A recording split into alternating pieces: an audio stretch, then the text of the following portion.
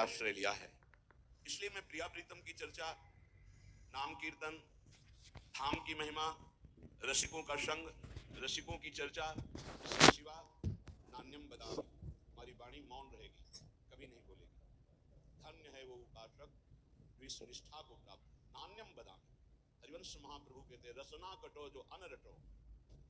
अगर प्रियालाल की चर्चा के सिवा कुछ अन्य बोलूं तो मेरी जबान कट जाए। नान्यम बदामी, देखो ये निष्ठा बिना धारण किए वाक्य इंद्री पावन नहीं होगी। वाक्य इंद्री पावन नहीं होगी तो उसी में विराजमान रसेंद्री भी अपावन रहेगी।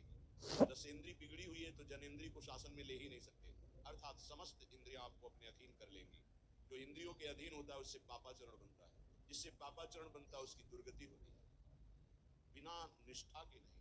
निष्ठा मानो ऐसी वृक्ष है कि तत्काल उसको रोका जा सकता है।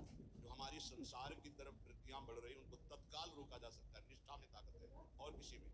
जैसे ब्रह्मचर्य की निष्ठा, उसका ब्रह्मचर्य पर महत्व हुआ और ब्रह्मचर्य निष्ठावान चाहे स्वर्ग लोक की अप्सरा आ जाए उसके मन में काम भोग की लालसा नहीं पैदा हो सकती। निष्ठा में ताकत है, अन्य नहीं। अन्य तो फिर मन बड़ा चर्चा है, वो फिर टिकना मुश्किल, थोड़ी देर लड़ेगा फिर परास्त होकर उसी में गिर जाएगा। निष्ठावान नहीं, लड़ने की जरूरत नहीं, रुचि ही नहीं, स्वाभाविक रुचि नहीं रहती निष्ठावान की। नान्यत बदामी, नहीं बोलूंगा। प्रियालाल की चर्चा, भगवत चर्चा, नाम जप, नाम कीर्तन, गुण कीर्तन, इसके अलावा मौन। अब देखो कौन उपासक इसको धारण करता है।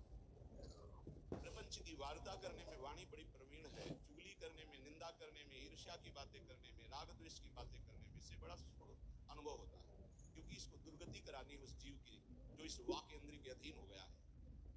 आगे गिरे न श्रृणोमि, श्रवणेन्द्रिय का बहुत बड़ा महत्व है। जो हम सुनते हैं उसका चिंतन होता है, जो चिंतन होता है वही क्रिया होती है, जो क्रिया होती है उसी का परिणाम होता है। कानों को बहुत संभाल के रखें, सुनने मात्र से हमारे अंदर चिंतन बनता है।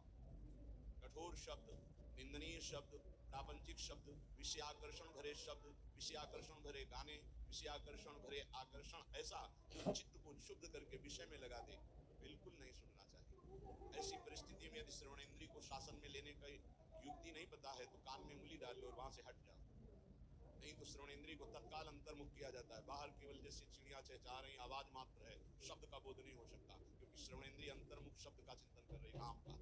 पर ये बहुत अच्छे उपासक की स्थिति होती है जहां आपको ऐसी स्थिति ना हो और प्रपंच वार्ता हो, भगवत चर्चा रहित वार्ता हो, कान में उंगली डालकर वहां से हट जाना चाहिए, चाहे जैसी सभा हो, नहीं तो उपासना खंडित हो जाएगी, उपासना बाधित हो जाएगी। ऐसा कौन साधक करता है?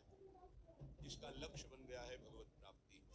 अन्यथा संयोग बना तो सत्संग भी सुन लिया, संयोग बना तो कुसंग भी सुन लिया। हलऊ करई भरी पाय सुसंगु, मिटे न मलिन स्वभाव अभंगु। दुष्ट स्वभाव के लोगों को भी कभी कभी भगवत कृपा से संत संग मिल जाता है, पर वो अपने स्वभाव के वशीभूत हुए सत्संग का लाभ न लेकर वहां भी अभिमान आदि दोषों से युक्त हृदय होने के कारण वंचित रहते हैं, सत्संग के प्रभाव से वंचित। हलऊ करई भली पाय सुसंगु, पर मिटे न स्वभाव मलिन। जो मलिन स्वभाव है उनका इतना कठोर हो गया है कि वो बदलना ही नहीं चाहते। अपने लोग तो बड़े कृपा पात्र हैं जितने सब सुन रहे हैं।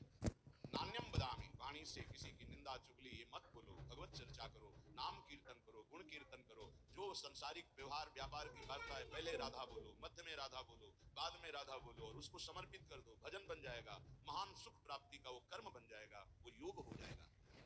आगे कह रहे हैं न चिंतयामी, तो जो हम देखते हैं, सुनते हैं, बोलते हैं, इसका चिंतन होता है। इसलिए तीन बातों को कहा है, रसना कटो जो अनरटो, निरख अनफुटो नयन, श्रवण फुटो जो अनसुनो श्री राधा जस वै। अगर किशोरी जी का जस नहीं है तो हम बोलेंगे नहीं, सुनेंगे नहीं, देखेंगे नहीं, क्योंकि जो बोला जाता है, सुना जाता है, देखा जाता है तो उसका चिंतन होता है। तो न चिंतयामी, अगर चिंतन ठीक करना है, चिंतन से भगवत प्राप्ति होती है। अनन्य चेता सततम यो माम स्मृति नित्यशः तस्याहं सुलभा पार्थ नित्य युक्तस्य योगिना। भगवान अनन्य चिंतन वाले को कहते हैं मैं उसे सुलभ हो जाता हूँ, मैं स्वयं सुलभ हो जाता हूँ।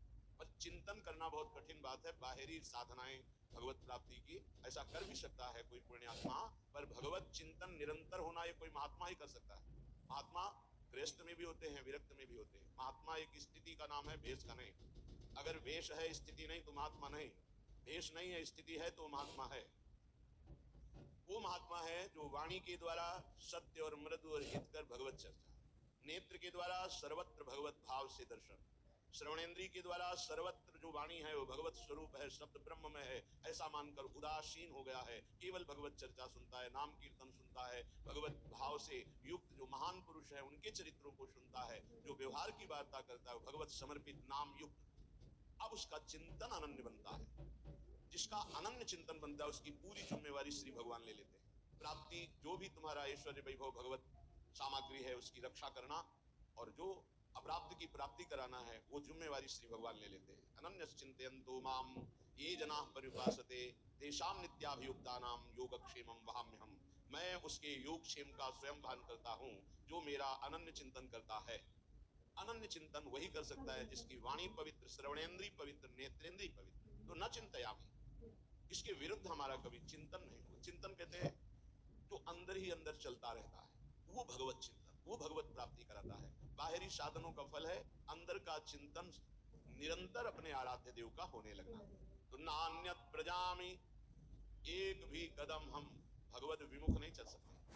कहां जा रहे हो, क्या करने जा रहे हो, ये कभी विचार करते हो? तुम्हारे पैर कहां जा रहे हैं, तुम्हारा लक्ष्य क्या है जाने का? ये जो पैर चल रहे हैं किस दिशा में जा रहे हैं, किस हेतु से जा रहे हैं? संभालो। संसार के मार्ग में कुमार्गगामी चरण ना होने पावे तुम्हारे, नहीं तो आचरण नष्ट हो जाएंगे। आचरणहीन की दुर्गति होती है। कहां जा रहे हो? मदिरा ले, रोको अपने चरण को। कहां जा रहे हो? गलत आचरण करने जा रहे हो, रोक लो अपने पैर को, वापस लौट आओ। जिस यात्रा में यात्री अपने मार्ग को नहीं पहचानता वो भटक जाता है, वो भूल भुलैया में फंस जाता है, फिर उसका जीवन पूरा नष्ट हो जाता है। ये ऐसी भूल भुलैया माया की है। एक बार इस दलदल में फंस गए, निकलना बड़ा कठिन है। सत्य मानिए, हर इंद्री का दलदल है। जनेंद्री के भोग में फंस गए, निकलना मुश्किल। रसेंद्री के स्वाद में फंस गए, निकलना मुश्किल। नेत्रेंद्री के रूप में फंस गए, निकलना मुश्किल। ये बहुत विचित्र भगवान की माया। कहां जा रहे हैं तुम्हारे चरण, किस दिशा को, क्या लक्ष्य है? विवेक के द्वारा रोक लो। अगर सही दिशा है तो उत्साह संपन्न होकर नाम जप करते हुए जाओ, अगर गलत लक्ष्य है तो तत्काल रोक लो, जबरदस्ती वापस हो जाओ। ऐसा संग, ऐसा रंग न चढ़ने पावे कि पूरा जीवन माया में व्यतीत हो जाए। यहाँ निष्ठा की बात कह रहे हैं। मैं धाम निष्ठ हूं, एक कदम भी वृंदावन की सीमा के बाहर नहीं जाऊंगा, चाहे प्राण निकल जाए, चाहे जितना भयानक पीड़ा हो, रोग हो, कष्ट हो, धाम नहीं छोड़ेंगे। सच्ची मानिए, निष्ठा में बहुत बड़ी ताकत है। बड़े बड़े चमत्कार इस निष्ठा में देखे, बड़ा बड़ा परिवर्तन देखा। जो औषधियों से नहीं होता वो धाम निष्ठा से हो जाता है। धाम निष्ठ को कभी व्याकुल होकर, रोग से पीड़ित होकर, समस्याओं से पीड़ित होकर भागना नहीं चाहिए। हर समस्या का समाधान यही हो जाएगा, क्योंकि ललिजू के जो चरण हैं वो सुरतरु कामधेनु चिंतामणि, भगवत रसिक अनन्य अली के जावक जुत जुग चरण